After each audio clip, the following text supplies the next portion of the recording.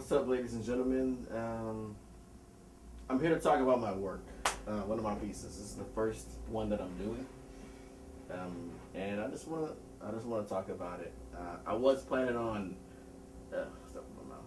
I was planning on writing it down on Instagram, but nobody reads Instagram after like two sentences. So, and so it's a little bit longer than two sentences. This piece behind me, I know you can't see it, but soon you will see it. But it's called Facing Fear. Facing Fear was a piece that was post my depression.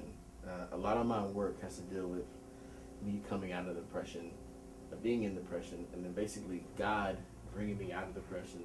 And one of those ways to use the healing was through my pieces. And this in particular piece, it's called Facing Fear. Now, the reason why it's called Facing Fear is because I had to literally face my fears in painting the piece.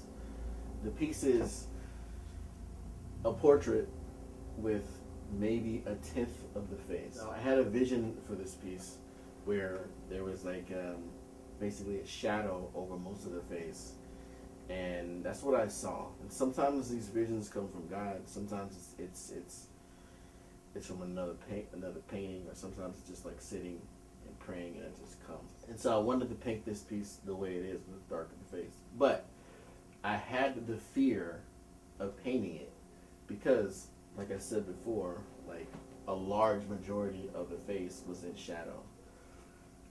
Where is his hair coming from? I don't know. But so a large majority of the face was in shadow, and I felt, or I had these fears that most of, or maybe all of, other portrait artists wouldn't like the piece, or they think it was stupid, because why in the world would you paint a portrait without painting the portrait? Huge fear of painting and that fear of rejection. And so I was doing a lot of praying, and then I really felt like the Holy Spirit was telling me to paint the piece anyway. Just paint the piece. Just face your fears. So in my fears, still feeling fearful, I decided to paint the piece as I saw it. The painting behind me is what you see. So this is the piece, and eventually I'll get out of the way so you can see the whole thing. But so I painted the piece, and lo and behold, I got a lot of positive feedback, which is very surprising to me, especially being a portrait artist, because I painstakingly learned how to paint the portrait, get the features right, or accurate, never gonna be perfect, right, and then only show like not even 10% of the features, and then to have people have but a positive response to it. But that's the thing. Also have to realize, like, some people just aren't going to have a positive response to my work. So my work shouldn't be about someone's positive response. Like right now, my work is about worship, and some people are going to have a negative response to that. So there was a lot of learning about not letting other people's opinion affect my work in a positive or negative way, but mainly it was a negative way. It was fearing that negative response. Facing your fears.